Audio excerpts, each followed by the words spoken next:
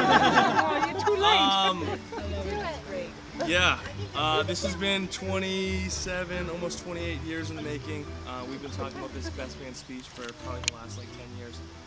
Well, hopefully I'm not gonna embarrass myself like I did last weekend when Lizzie put me on the spot. And I totally fumbled and it was terrible. And I like pretended like I was crying to like make an excuse, but actually I know Mike and Matt will certainly be judging me right now because I'm the first to give the best man speech of the boys. But I just want to say a couple things about Mark and then obviously welcome beautiful Missy into our family. I think it's pretty cool that Mark's the third Manganello to get married here on this property. Dad was the first back in the mid-'80s, Ryan was in 2006, and now Mark. So who knows, this could either be the last or one of more. And so I just want to also give a toast to our brother Ryan Hennessy, who's probably looking down with a PBR in one hand and a cat in the other.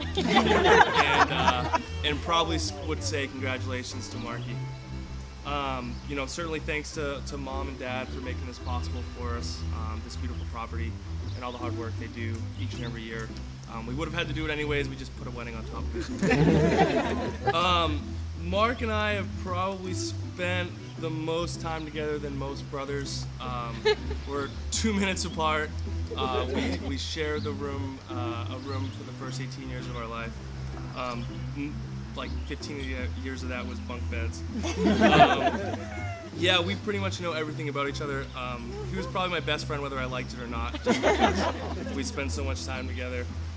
Played all the same sports together.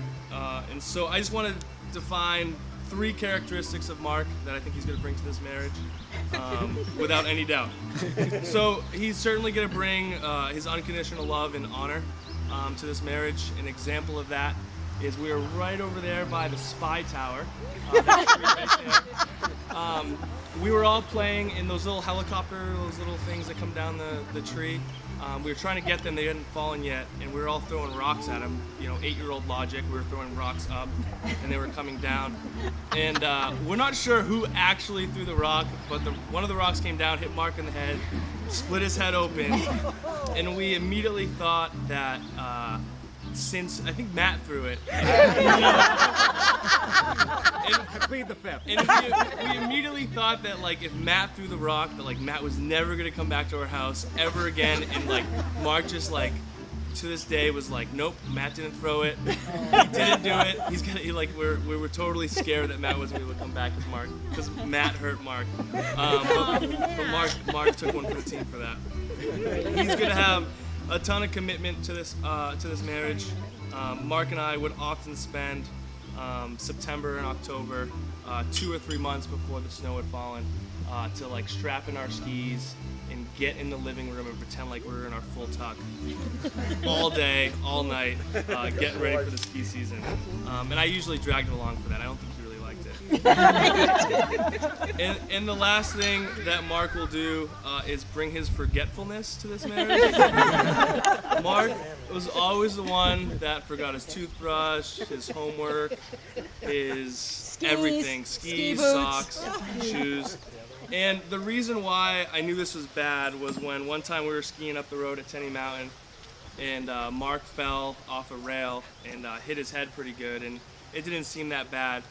But we kind of skied back down to the lodge, and we got to the lodge, and Mark was acting like kind of funny, but he kept telling me, he's like, man, I forget where my shoes are. I don't remember where my shoes are. And I'm like, well, this isn't normal for a 20-year-old, but like normal for Mark, 20-year-old. Like, all right, I'll help him find his shoes. And he repeated that question to me over and over and over again. And then he like asked where we were going, where we came from, what his name was. And if he wasn't so forgetful, I probably would have realized he was concussed. But we got him to ski patrol in time. So he's certainly going to bring that. So Missy, I promise you, Mark will bring these traits to your marriage, his characteristics. He will love you unconditionally. He will be 100% committed to this marriage, and he'll probably forget a lot of things. Missy and Mark, I'm so glad you found each other. I truly believe you two are meant together. And mostly I'm happy to have my best friend in this marriage. And here's to a long, happy life together, and I'm glad to be a part of it.